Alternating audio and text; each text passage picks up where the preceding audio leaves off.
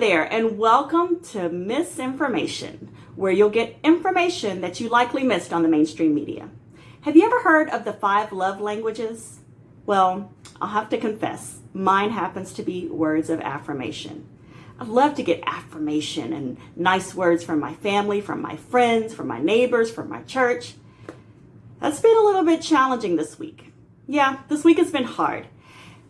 Many of you already know that my husband is risking losing his job because of his convictions about the V mandate. November 15th, we should know something definitive. He has applied for an exemption, but it's been a little bit difficult because of that. And I know that we're not alone. As a matter of fact, thousands of people around the nation, millions of people around the country are feeling the same type of heat. We've heard recently that Southwest Airlines canceled thousands of flights because pilots and flight attendants didn't show up for work.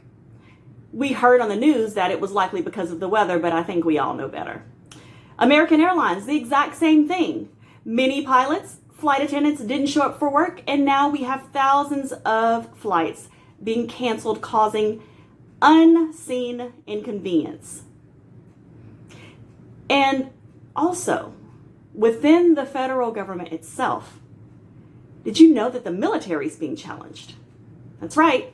Military personnel, all of them, are being required to receive the V, and there are many of them that have questions about it and concerns. As a matter of fact, the Marines had such a concern that they filed a lawsuit against the administration, and a DC judge has issued a request to the Biden administration that we just hold off a bit on firing them until their exemptions can be approved or until we can get through some of these issues. That was done late last week, and a couple of days later, the Biden administration came back with a firm, absolutely not. As a matter of fact, we will continue to fire them on schedule. It does not matter, military person, whether you went abroad and fought for the freedom of our country. It doesn't matter if you risked your life for us. It doesn't matter if you lost limbs for us. It doesn't matter if you've been separated from your spouse and your children for the sake of the freedom of this country. It doesn't matter all that you've sacrificed. I have no respect for you, is what our administration is saying. And so here we are. This is the country that you and I are living in, the leadership under which we are living. Well, this isn't the first time that such an edict has been passed out on the land, that it's callously affected so many people. As a matter of fact, I wanted to share a story with you from the Bible. Many of you may be familiar with the story of Esther. Her name in her Hebrew native name is Hadassah, but the book is called Esther in our Bibles. And I'm not going to read through the whole story for the sake of time, but I'm going to give you a little bit of background and then read a couple of verses because I think it pertains to our situation today. So Esther basically was an orphan who was raised by her uncle Mordecai. Well, Esther was very beautiful, and it came to pass that they were living in a land as Jews, but the leadership of the land was not super respectful of the Jews. Anyway, the king came to a point to where he was looking for a wife, and Esther was so beautiful that she became a candidate. Well, Mordecai sent her off, but told her, do not tell them that you're Jewish while you're in there. She obeyed, and she went in, and of course, because of her beauty and her demeanor, she was accepted as a wife for the king, and she lived there dutifully. Well, at some point, the right-hand man of the king, whose name was Haman, began to dislike the uncle of Esther, Mordecai. And he really wanted to do away with him. As a matter of fact, he not only wanted to do away with him, he wanted to do away with all of the Jewish people. And so he convinced the king, hey, this is what we need to do. We must pass an edict to have all of them killed off. Well, Mordecai hears about this, and he goes to Esther and he says, hey, niece, you're in a position, you need to say something. Now, Esther was really kind of living a comfortable life, and she was living in the palace, and it really wasn't so much her personal issue at that point. Furthermore, this was a little bit fearful for her to do anything about it. And so she said, hey, to even go and approach the king without being summoned could put my own life at risk. And so Mordecai comes back to her, and let me tell you what he says, because I think that they are words of wisdom. He said, do not think to yourself that in the king's palace you will escape any more than all the other Jews. For if you keep silent at this time, relief and deliverance will rise for the Jews from another place. But you and your father's house will perish. And who knows whether you have not come to the kingdom for such a time as this.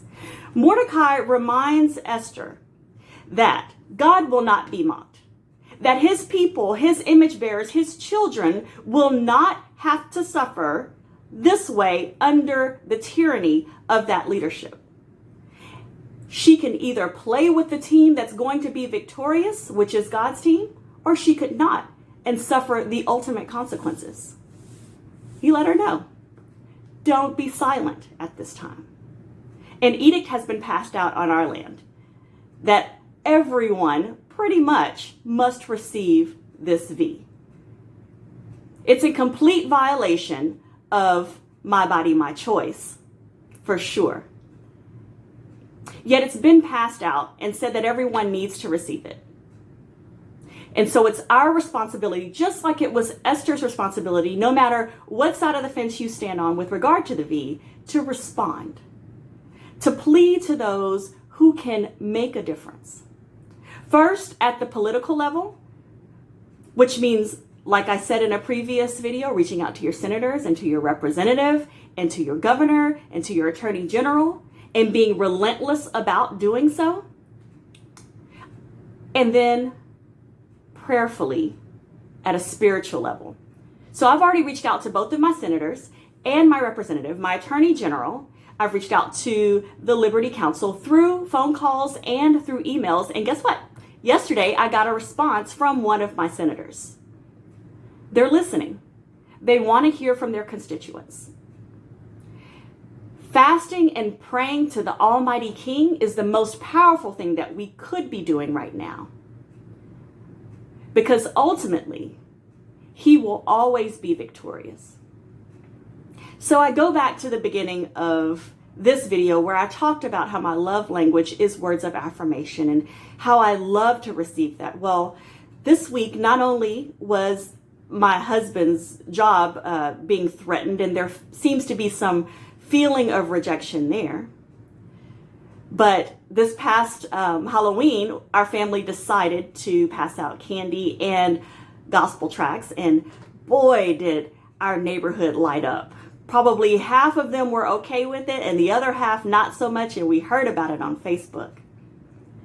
I had an event that I was scheduled to speak to, and because I'm speaking out on this, I was canceled from that event. God is challenging my desire for affirmation, because more important than affirmation from others is confirmation from Him. My ultimate goal is that He say, well done, my good and faithful servant. And I pray that that be your goal too. All right, you guys, I hope that you stay blessed and encouraged, and we'll see you in the next one. Bye-bye. Don't forget to like and subscribe and ring the notification bell so that you can keep up with our journey on this.